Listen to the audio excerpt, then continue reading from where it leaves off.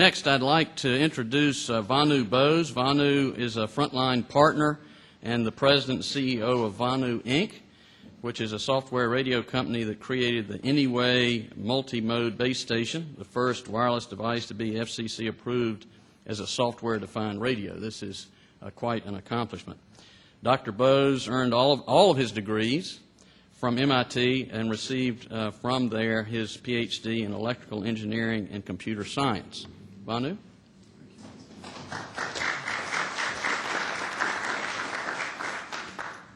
Thank you, Ains. I'm here to talk to you today about what the combination of technology and the right rules can do for the police and firefighters in this country.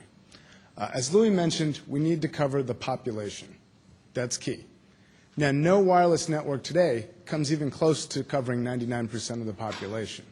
So we have to ask ourselves why. The reason is it's very simple. It's not cost effective for them to do it. These are for-profit companies run by very competitive people. If there's a town in Kansas that wasn't covered and they could make money there, they would be covering it. But as the population density increases, one particular carrier can't build a network and get enough traffic to support the cost of that network. But with public safety, coverage in those areas is essential. Our natural disasters do not discriminate based on population. And we have to be able to go anywhere, and we don't know where we're going. So the question is, how can you make building out coverage for public safety in these areas cost effective?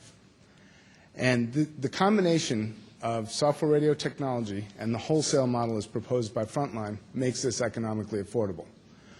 The way to get it affordable is you go into this area, and you're not just supporting your subscriber base. You're supporting all the subscribers, anyone on any wireless service. So you can multiply your streams of revenue. Software radio enables this by building one infrastructure that can support all the standards used today, GSM, CDMA, WiMAX in the future, on one network. So now Sprint, Verizon, all these folks don't have to build out these areas where they can't make money. But by building one network and supporting all of them, it can be cost effective. Piggybacking on that network, now we can provide coverage for public safety on a cost-effective network that we can make money on. So it's very, very important that the wholesale model be part of this, because without that, if you're building out in your traditional network model with a traditional retail business model, it won't be cost-effective to build out these areas, and we will once again end up with an attempted solution that yet again doesn't solve the public safety interoperability problems. I won't go over the history. You know it. Columbine, 9/11, Katrina, Virginia Tech. The after-action reports all say the same thing on communications.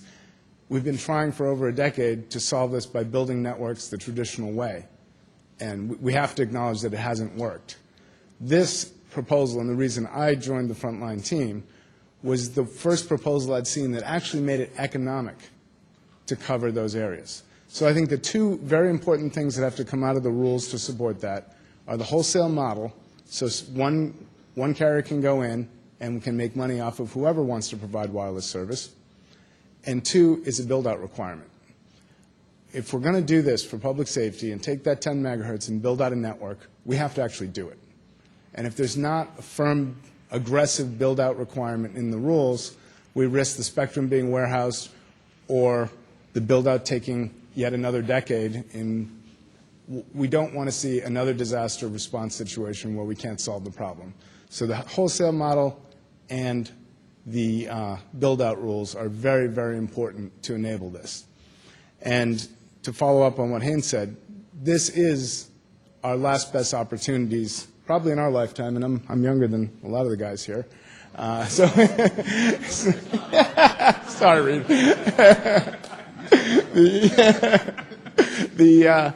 Why is 700 important?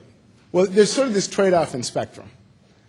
The higher you go, the more bandwidth you can get to do broadband, et cetera. That's great.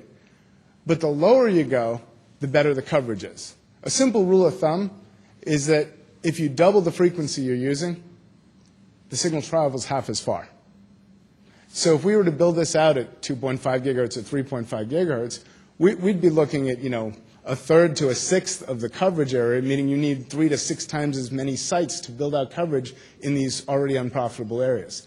700 is a very nice sweet spot between high enough for enough bandwidth to build a broadband network and low enough to get really, really good coverage so you can cost-effectively build out these areas. That's why this particular auction is so important. I don't think we're going to see something in this swath of spectrum with this much bandwidth again in our lifetimes. So we have to get it right and do the right thing for public safety.